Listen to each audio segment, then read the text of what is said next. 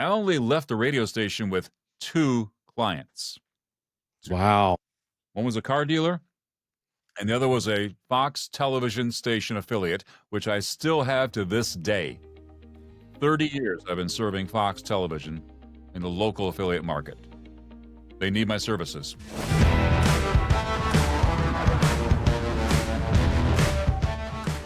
Welcome, everybody, to the Ignition Path podcast. My name is Kyle Goodnight. I'll be your host, and I am super duper excited today. It's kind of a full circle moment for me. My guest is someone is responsible directly for why I'm sitting here right now doing a podcast. That sounds, I know that he's listening to it right now, and he's not on screen with what you're watching, but that is the truth, because Mr. Ron Allan with Big Voice Production. How are you doing, Ron? I'm doing fantastic, Kyle, and thank you for having me on. This is awesome. You're welcome. You're welcome. So, like I said, Mr. Ron Allan from Big Voice Production is my voiceover coach. When I started voiceovers back 9 years ago, I did a search for voiceover coaches because with a name like Kyle Goodnight, the last name Goodnight, I knew that I had to put quality out there. And one of the biggest things when I was doing interviews with coaches, they said, people would tell me, and a lot of times I thought it was just, oh, they want the business. But it's true. Now that I'm in a voiceover actor and I'm in the voiceover world, voiceover coaching is key when you're wanting to become a voiceover actor. So here I stand with Ron. I go to his office. I have a meeting. He lives in my same town. I really wanted that in-person teaching. And we talk about voiceover. He tells me the ins and the outs, the ups and the downs, the ebb and the flow, the marathon, the sprints, like all the different things that he teaches. I'm like, absolutely. This is a fantastic 36 weeks, right? Or are you more now? Less now, actually. Less now. Okay. Yeah. But my time was 36 weeks, which was a great, over the holidays. So it went a little bit longer, but nonetheless, in-person coaching with Ron was probably one of the smartest things I ever did. The investment paid me back. Well, my first big voiceover gig doubled my investment. So, and then of course, and when I say that meeting Ron and being coached by Ron led me to podcasting, not directly through Ron, but because of my voiceover acting, and then people out there wanting my voice for stuff, I got hired to do intros and outros for podcasts, then spun into production of podcasts, then spun into me being a host. So once again, full circle moment. When I started with you back in 2017, 18. Yeah, it's been a while. Yeah, was this. So, Ron, welcome to the Ignition Path podcast. How are you today? I'm doing great, Kyle. Happy to be here. Yeah. So, real quick with what the Ignition Path podcast is, and this is for all you listeners and for Ron, because Ron and we talked a little bit about this episode, but I kind of know him well enough where I can just jump in. What this is the path that you took as you're an entrepreneur to where you're at now. So we're going to do a little small interview with Ron about where he came from. I do know that he was a radio host and he got his start in radio, I believe. So Ron, tell us about the beginnings of your entrepreneurial path and how you got to where you are today. Well, you hit it right on the head, Kyle. I was an employee, which is known as a slave in the American work system. You trade your time for their dollars in whatever career you choose. And that's the reality. And the employer controls your life, or at least 40 hours of it, right? Or sometimes a lot more than 40 hours. They tell you when to show up, when to take a break, when to take a vacation, and how much money they're willing to pay you for your talents and skills. That is the world system. I was tired of that world system. After 20 years in paying my dues in that, I realized I've got skills. I've been developing these skills in the radio industry, and these skills are being a host of a radio show. There's a lot more that goes into it than just being a host. There's show prep.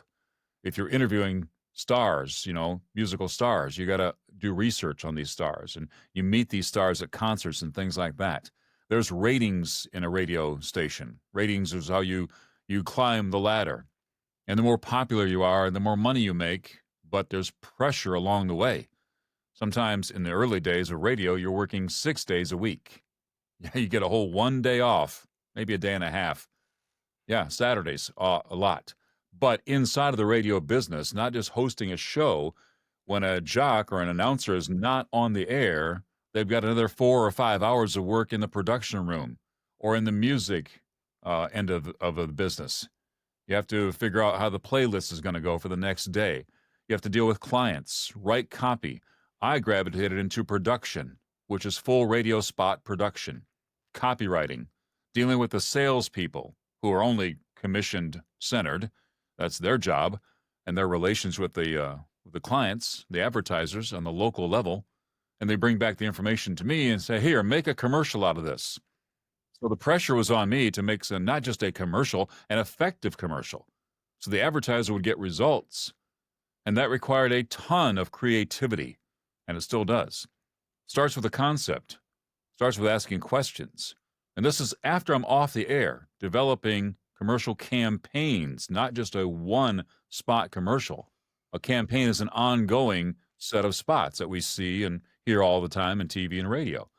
So I realized a long time ago that my worth radio station owner was how I could generate money for him or her, the station owners, to get the advertisers' results. That's where the rubber met the road in radio. Being a jock is like a dime a dozen. But I realized, if I'm going to make it in this business, I've got to learn how the money side of things work. Right. So with that being said, when it comes to that, did you ever have any formal marketing training, or was it all like on the job stuff? And did you have a mentor? Self-taught, no mentors, self-taught. I realized I had to study marketing. It's absolutely marketing. I read some of the top gurus in marketing for many, many years, and I still do. People like Roy H. Williams, Jeffrey Hedquist, David Ogilvy from back in the 70s, early 60s and 70s, a very well-known name in marketing. So I studied these people. How do I apply that to radio? Figured all that out. Then I had to study audio production too. Other audio producers from around the world. Study their techniques. And this is back in the day when there was tape. We're not. I was gonna say like we have it spoiled. I mean, we've been digital for so long. Well, it seems so long. It's probably a short period of time compared to what recordings have been. But yeah, I know you and I talked a little bit about that during my training. Is that this stuff that we're doing with a click of a button and a slide here and a slide there used to be physical cutting and taping of recording tape. I can't even imagine. Reel to reel, grease pencil, razor blade, cut it, splice it.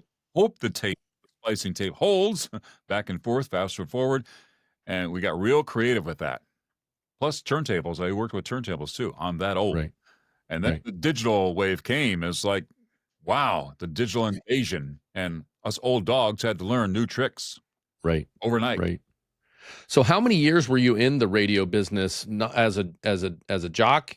As did you slide into doing both roles? Like, talk to me about that time frame and period and before you became a voiceover coach.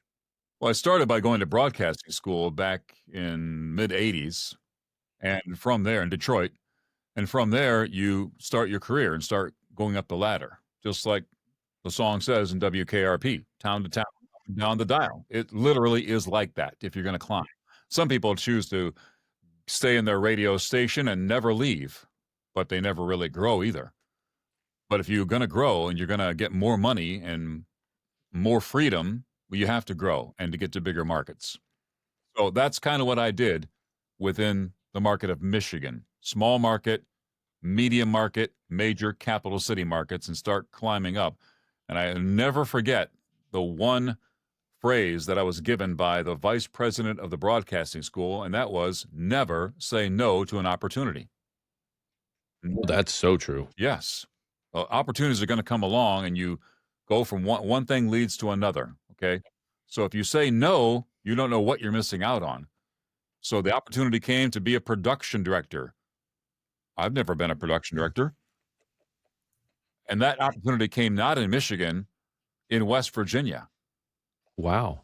I was invited to come down to West Virginia, Charleston, West Virginia, capital city.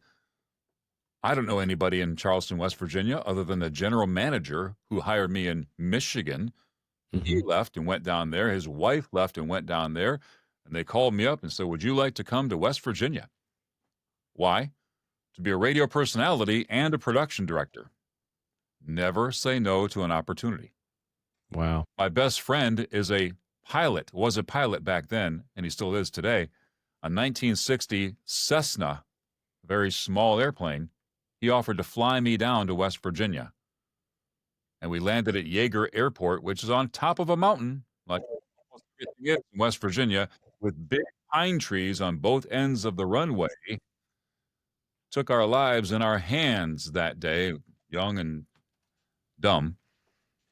But it all Been worked there. out. I liked what I saw at the radio station.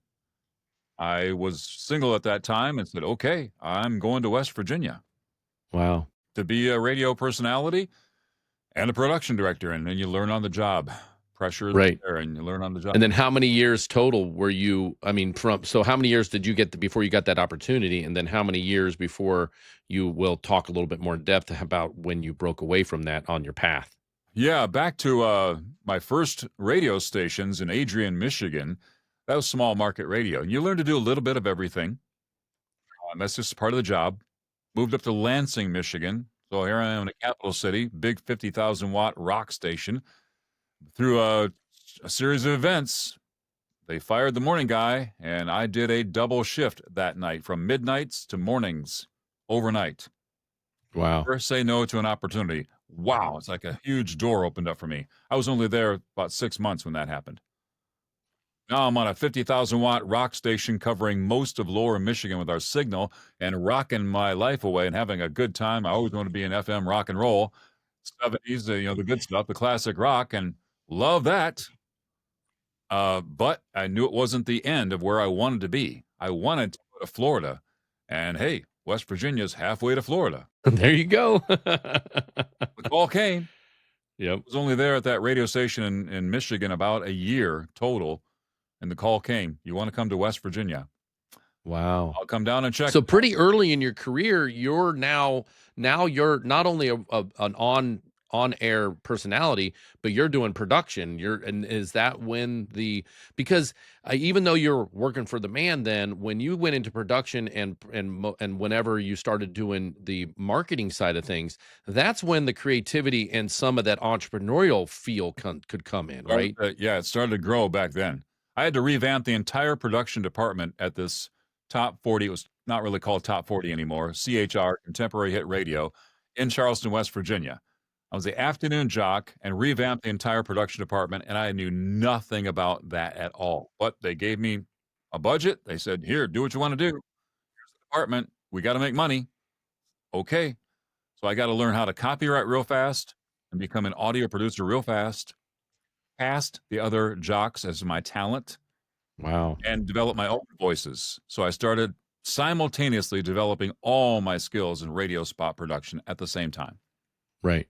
And so fast forward to when you stopped working for an organization. I mean, I'm sure you went to other places after West Virginia because you ended up being in Columbus, Ohio. And I heard you growing up in Columbus on the radio commercials and flipping the dials. I mean, when I first met you, I'm like, boy, your voice sounds really familiar. And you played some old spots for me. I'm like, oh, you were that guy, So you were in Columbus, Ohio. I mean, and that's fine. And I'm not, all the different places you went to before you landed in Columbus. When was it, and how long were you in the radio business working for someone else where you decided, listen, I've got my skills. I want to do this now. I'm an entrepreneur at heart. And I want to do this for myself, by myself, on my own, and be my own boss. When was that? And talk a little bit about that time in your life.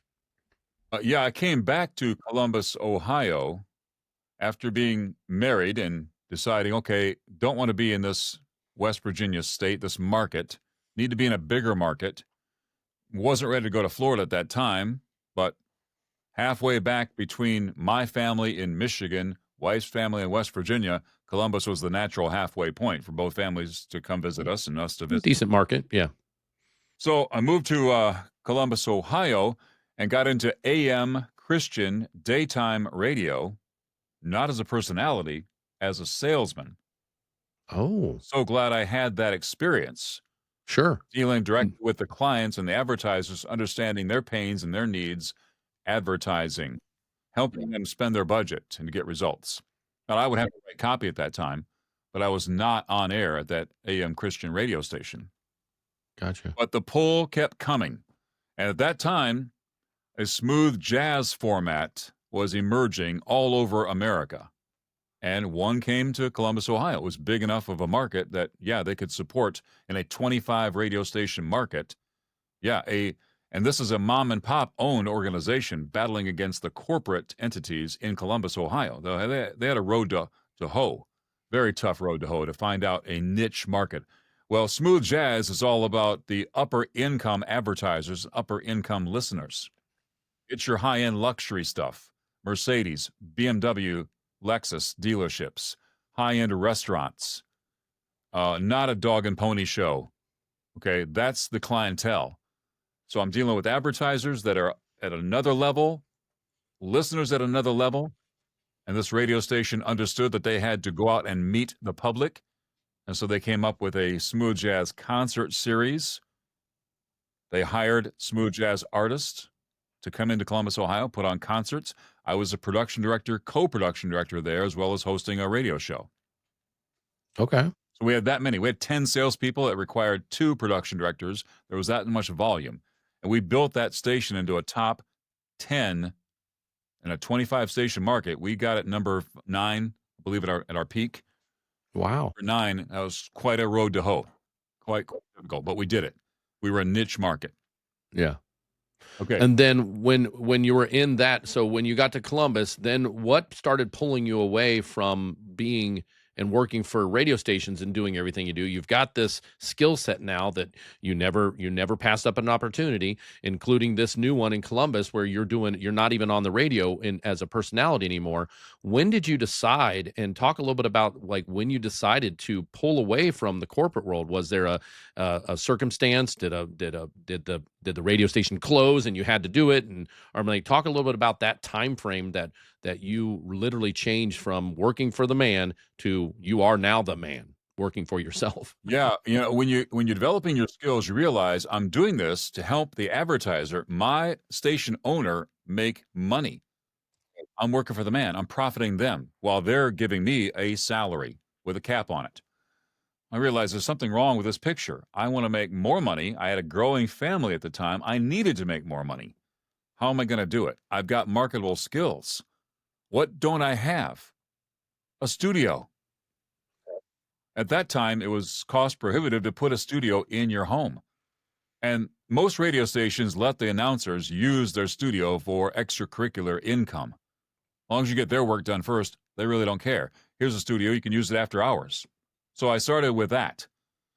And by doing that, I wasn't even planning to become a voiceover coach at that time.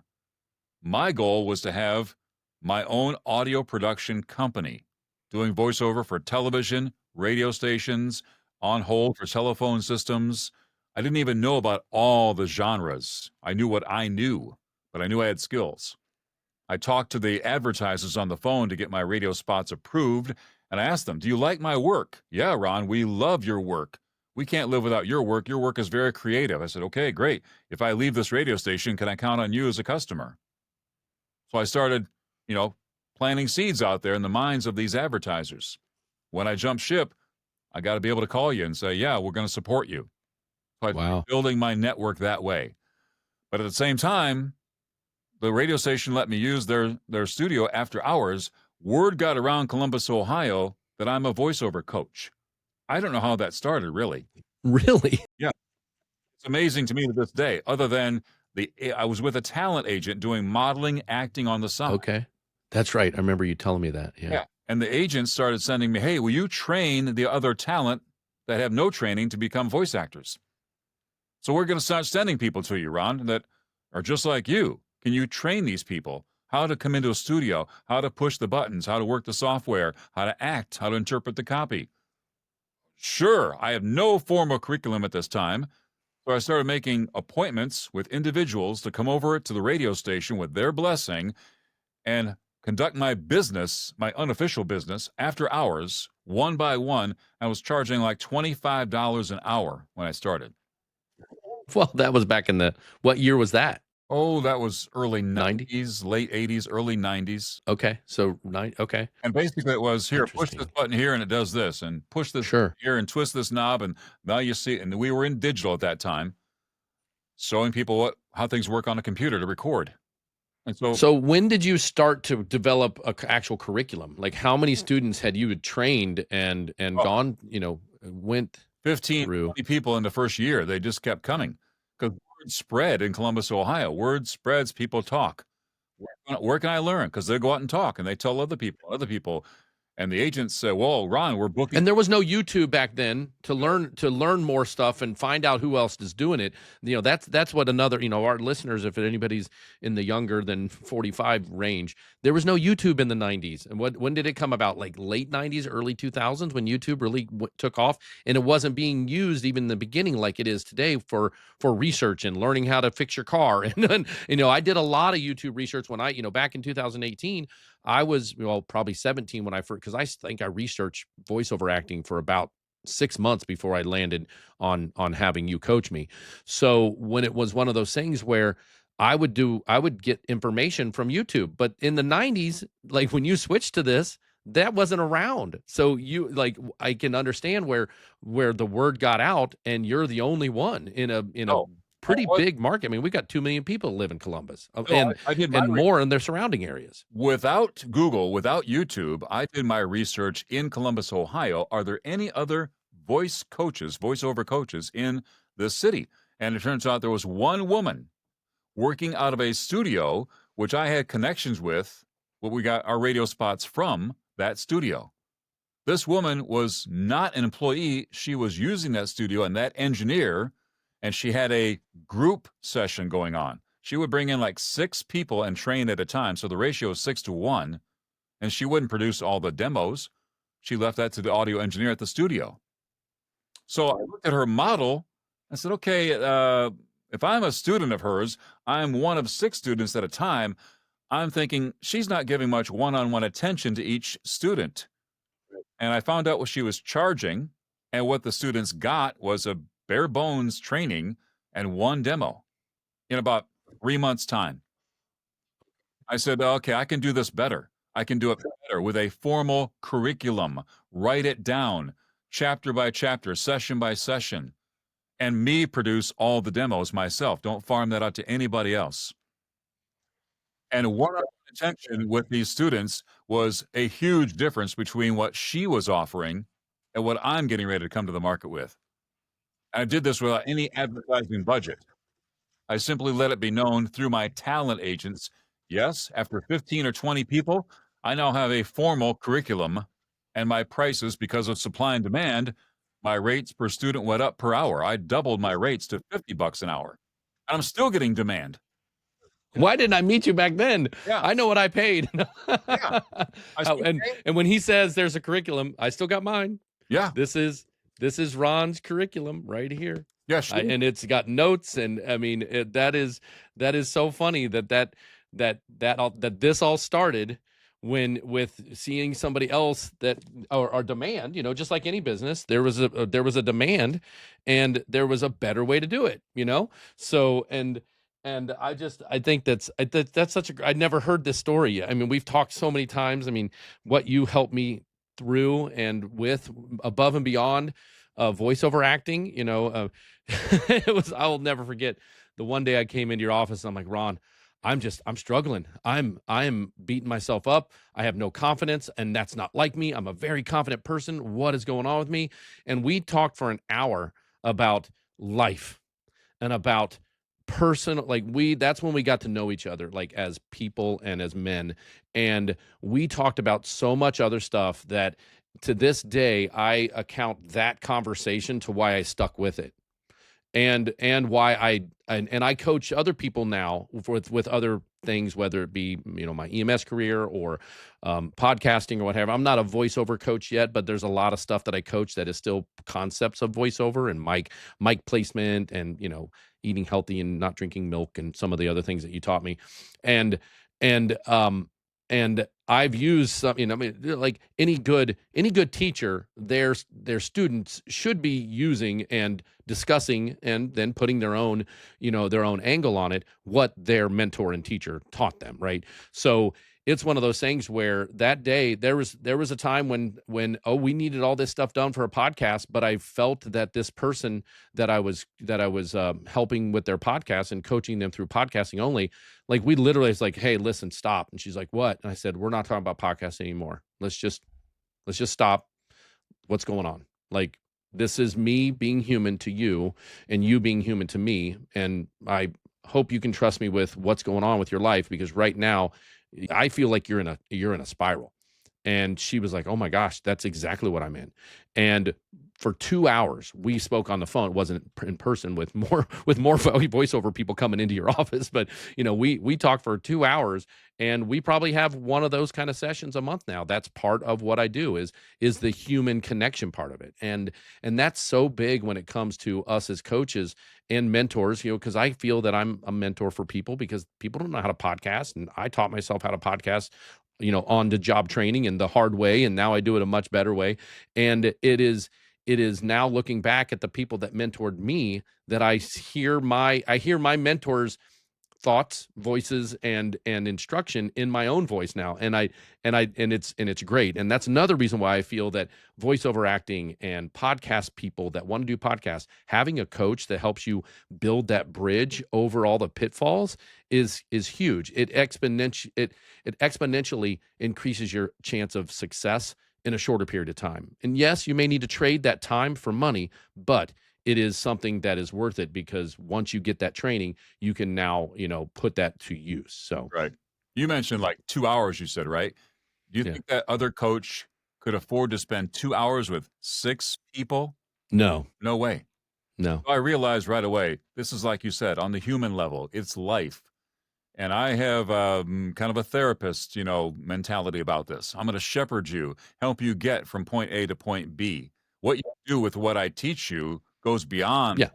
Like you've Right. done with podcasting. That was not part of my curriculum, and it still Nope. isn't. Yep. But It will be soon, though, right? well, that's right.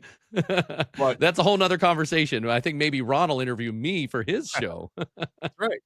So, yeah, everything grows and matures, and you find out, like a lot of other businesses, you can find out there's more to this after you graduate. Where is your niche? Where's your passions lie? Find out. Take the basic fundamentals, which are the fundamentals, and you never lose those. Right. Yeah, that's what Well, and I do. even so a couple years after I was done with your services, you and I struck up, and we've always stayed connected. I share successes. I still lean on, I still to this day lean on you. I call you with questions if I have it. I mean, you're a mentor, and it's, it's not, I don't feel like I'm ever like bugging the crap out of you where you're like, oh my gosh, Kyle's calling again. But, maybe those first couple of years it was like that. But when I see opportunities and I see things that could help you or your services, or I've pointed plenty of people towards you too, when they want me to, like, how did you get over? I'm like, got to get a coach. If you're local, even if you're not local, he does virtual now. This is his name. Contact him. Great, educator. So one of the things that you and I did probably a couple of years after it is, that I have a heart of an educator through my EMS stuff and teaching first responders, anything from, respiratory stuff to bleeding control. I like to teach. And I created a Fiverr class that we'd had at your facility, at your place. And Ron had not dabbled in Fiverr yet. And I had kind of embraced Fiverr. I did invest in coaching specifically for learning how to do Fiverr. I had 2 different coaches for that, because Ron wasn't my only voiceover coach. I ended up getting an additional marketing coach eventually, and then I got a Fiverr coach. I did sound audio for my studio coach. So I did where I was struggling, and where Ron was, stretched too thin, I would look into other coaches, and which is fine. I don't mind multiple mentors or multiple coaches. And I was making money at voiceover, and every dime I made in voiceover, I just put back into my business. And I remember you and I having a conference, a little webinar, in-person webinar, back before Zoom was ever a thing. And Zoom was still just starting. We tried to get people to come into Zoom, but it wasn't as slick as it is nowadays. Or Riverside. Riverside is way better now, what we're recording on now. But we did a class, an all-day class on all the, just, it wasn't the in-depth Fiverr stuff, but it was definitely something to get those people that were being coached by you another avenue that they were maybe too afraid to go into or wanted to know more about but didn't know where to start. And it was a great day, because here I am, the student, now becoming the teacher with Ron's assistance. And that's what collaboration's all about. So, Yeah, that comes full circle that way too. I remember that yep, webinar we had. exactly. Yeah. So, yeah, so we've had a couple of full circle moments for sure. And, your path is a great one, this entrepreneurial path that you're taking on.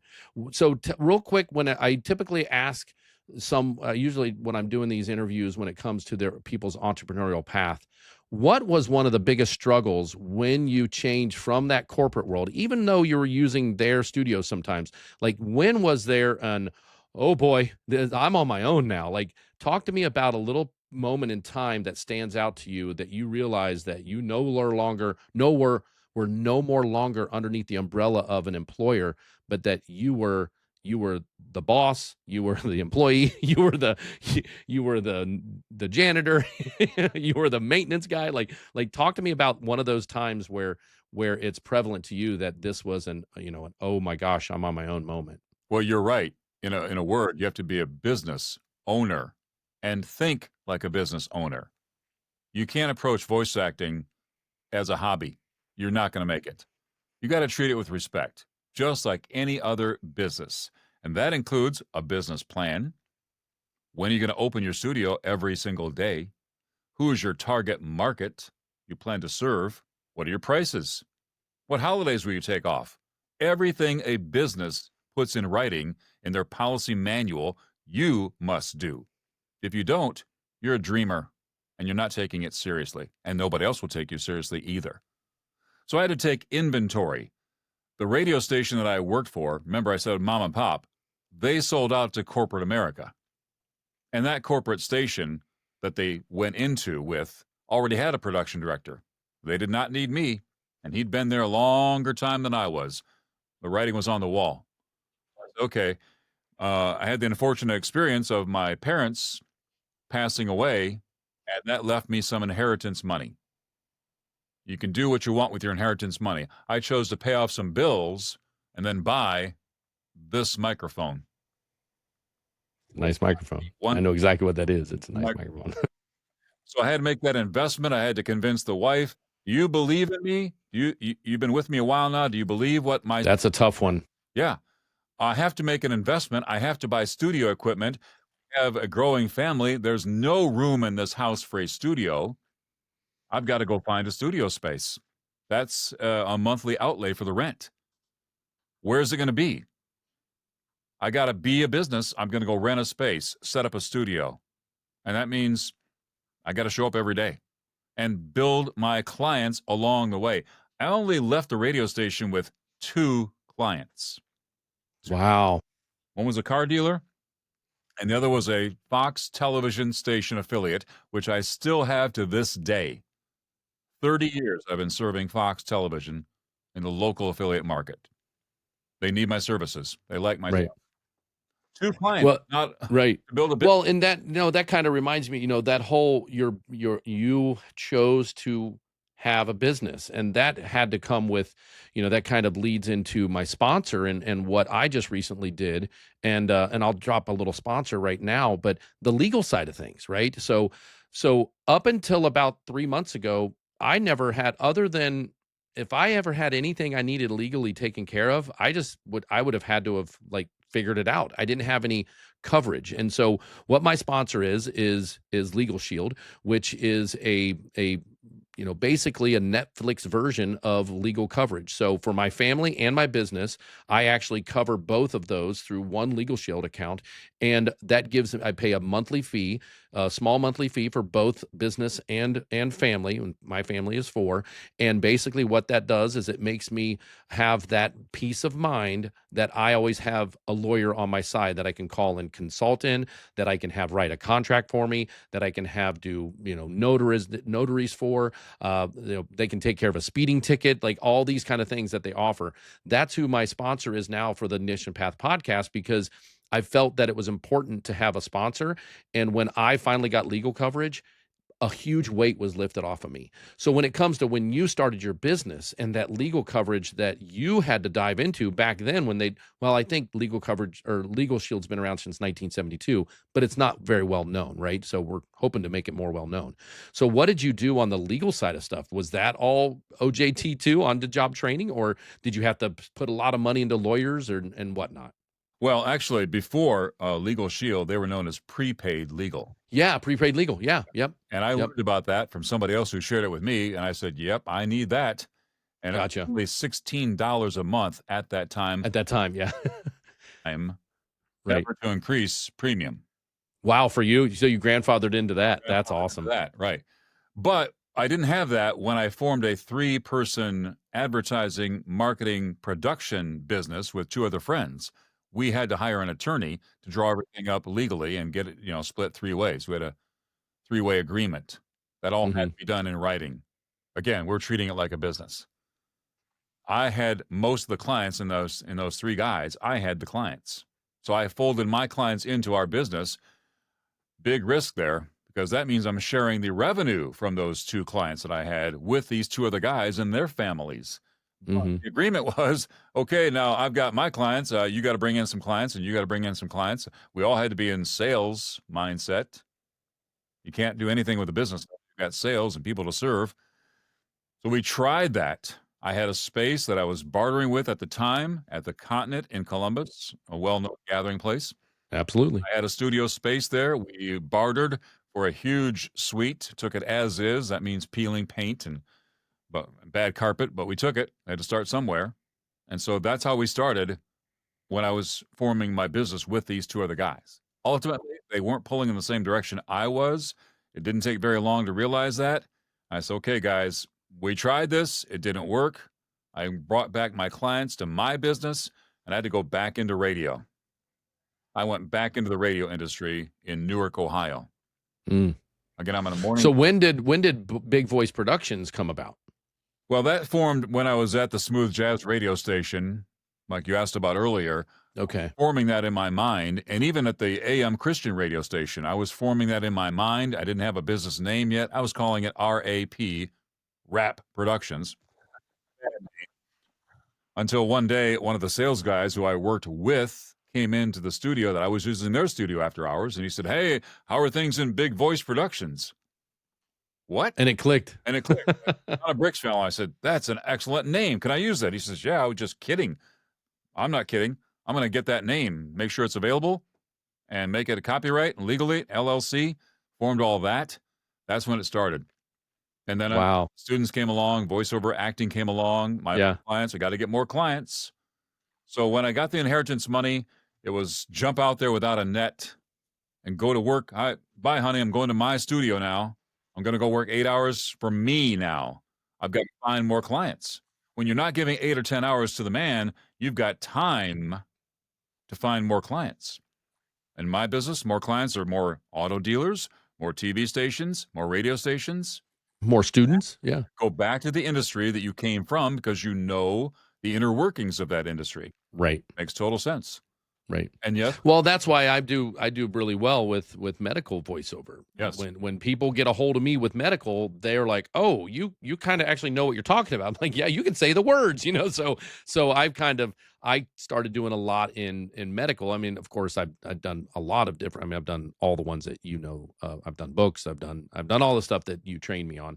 I've done 1 or 2 in each of the small genres and a lot in advertising and medical, just because of my background. But yeah, so tell us more about Big Voice Productions as it sits now. We have now walked through the path of Ron's career of working for the man, now being the man, and tell us more about Big Voice Productions and what you would want people to know about it. And we'll put everything in the show notes below about how to get a hold of Ron if you want to learn how to produce, if you want to learn how to voiceover act, and all the different things that he teaches will be something that you could tap into by giving him a call. So talk to us about Big Voice Productions as it sits today. Where are you at? What you doing? What's the big goal? What's the plans? all right, multifaceted as I always been in this business. You don't put all your eggs in one basket.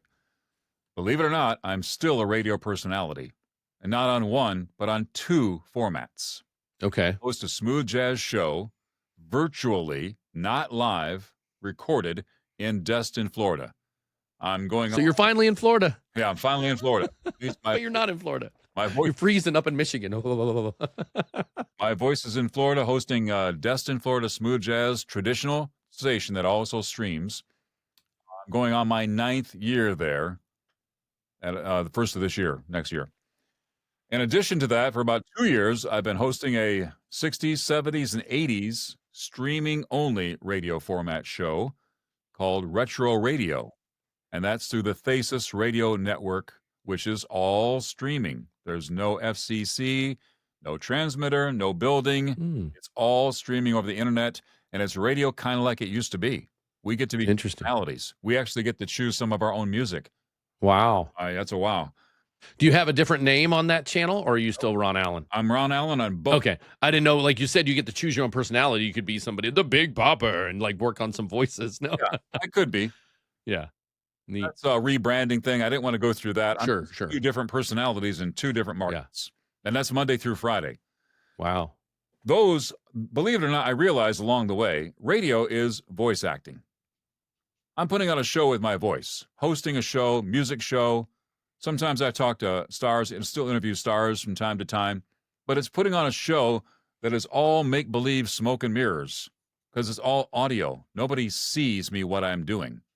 I'm doing it all with my voice and my creativity, creating audio in a fun, entertaining way every single day. I'm bringing it. 2 different audiences, though. Okay? Interesting. When I'm not doing that, I'm doing television voiceover for Fox Television still. I'm also privately coaching students, voiceover students. Every day, I've got 1 to 3 students per day. So Gotcha.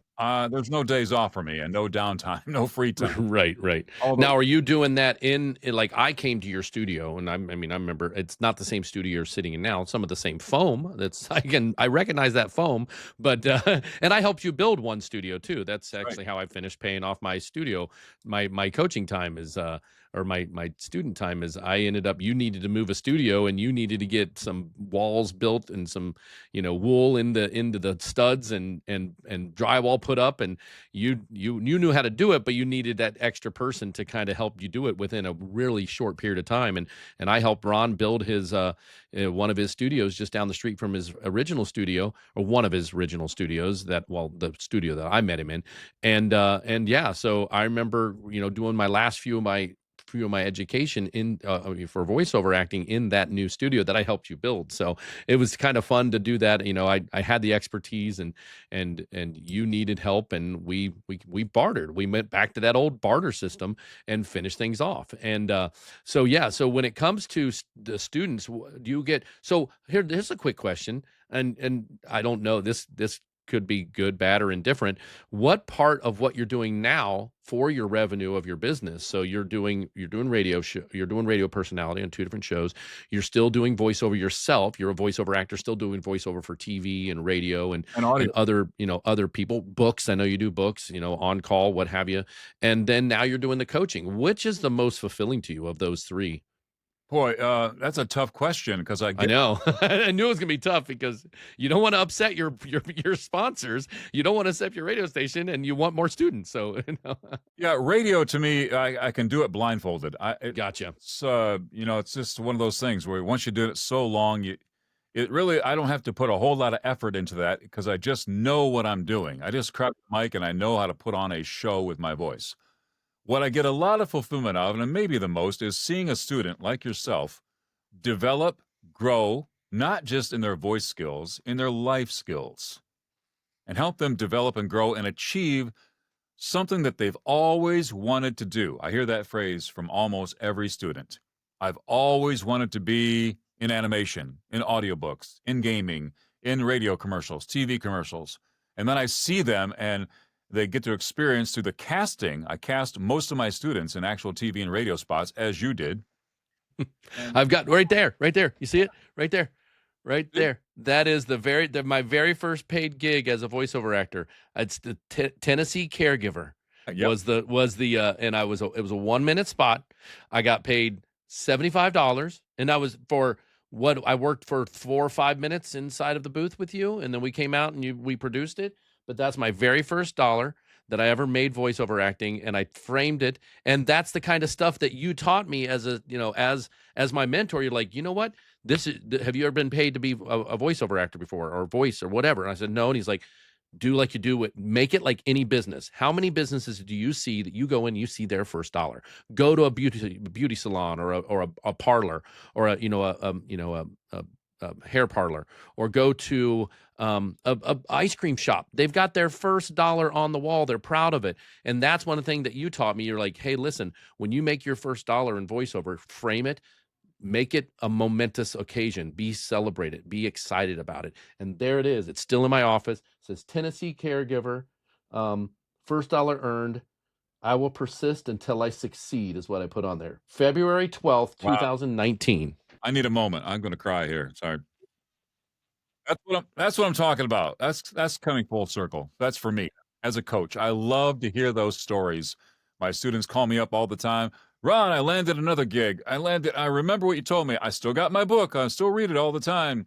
That is so heartwarming. So Right. Well, remember what I called and told you that I got the Yahoo gig? Yeah. My national? I mean, that was 8 months into training. I got my first national. That was, that was like $5,000, wasn't it? And you're on during Monday Night Football and the football season, I remember. Yep. And that was 2 years of that. They paid me another $5,000 the second year without lifting a finger. And I spent 1 hour in a professional studio to record that out in California. I was here in Columbus, and I recorded digitally, remotely through California, which is not something that they even did back when you first started. Now that with the internet and the high speed technology, I was with the producers in California in my cans and my headphones, and I was in I found a really good high quality place that had the Connect. I think it was called Source Connect. Yeah, Source Connect, right? Yeah, so they had that, and they paid that company for an hour for me to be there, and it was just like I came in, I did multiple takes. We even changed from my original audition. They were like, okay, you know how you auditioned? And I'm like, yeah, and they're like, yeah, we don't want that anymore. We want it different. And I'm like, oh, okay. And they're like, well, we hope you can do it. And I'm like, I'm pretty sure I can. I've got a pretty good range. So we went from make better choices to make better choices, 3 words. Yeah, choose Yahoo Fantasy. Play for free, play for cash. That was it. People are amazed that we get paid what we get paid for saying little simple things like that. But it's the art, how we say it. Yep. They want it said. Yep. And exactly. And it changed. Like I did it 5 or 6 different ways. When I finally heard the final one, I'm like, oh, okay. I don't remember which take it was, but and it's great. It's still online. It's still on I put it on my YouTube channel. Yeah. It's that commercial. And it was actually, what was cool, it was 5 different commercials, and they tested which one would work best. And then the one that was getting more traction, they leaned more heavy on. The other ones went away, and then the second year it was only the one commercial. So yeah, A, B, C, D, E testing. Yeah, right. Exactly. But I've seen all 5 of them, and if it's my same voice, it's just different actors doing the beginning part before I say my part. So. Very interesting, very funny commercials. So, well, Ron, thank you so much. I think that's a good way to wrap up. Tell people how to find you. Of course, it'll all be in the show notes, but tell people about, just real quick, how to find you and what you would like to, if there's any voiceover actor or potential voiceover actor, or people that want to be voiceover actors, how they find you, and what they do to get a hold of you. Well, you can't not find me. I'm all over the internet. Big Voice Productions, you'll find him. That's right. Big Voice Productions, OH. I'm still OH.io. Sorry. Yeah. Just have it. That's until I get changed. Yeah. I'm all over that. I'm all over Facebook, LinkedIn. I'm on ACX too. ACX is the audiobook website where authors meet us. I recently won my 5th audiobook award. Congratulations. Blows my mind. Right. I'm trying for an award, but I'm a 5-time audiobook award winner. So if authors want to find me, they can find me on my profile on acx.com. You can call me, you can text me, you can email me. That's the best way. And all that stuff is on my website, bigvoiceproductionsoh.com. Awesome. Awesome. Well, thanks, Ron. Appreciate you coming on to the Ignition Path podcast, walking through those old memories and where it all started. That's what the Ignition Path podcast is all about. It's is meant for entrepreneurs to see and get support, to listen to these podcasts, to see and hear successes and struggles as people go through their entrepreneurial path. That's why I started it, along with, collaborating. If anybody wants to collaborate with me with voiceover, with podcasting, feel free to reach out. That's kind of my own little shameless plug. Of course, don't forget, if you want to know more about LegalShield and how to protect your family and your business and on the legal side of things, it's up to a whole $37 a month now, Ron. Wow. For the family, the whole family, all four of us. And it says family. So if you have a bigger family, it's even more of a value. I've got adult children up until they're 26. They're covered as long as they're living in my house or if they're going to college. So, and right now, nobody's moving out. No children are moving out right now, I don't think, because of the economy and the housing market. But nonetheless, go ahead and find out more about LegalShield. Don't hesitate to reach out and ask me. I've got a great personal story about how it's already helped me already.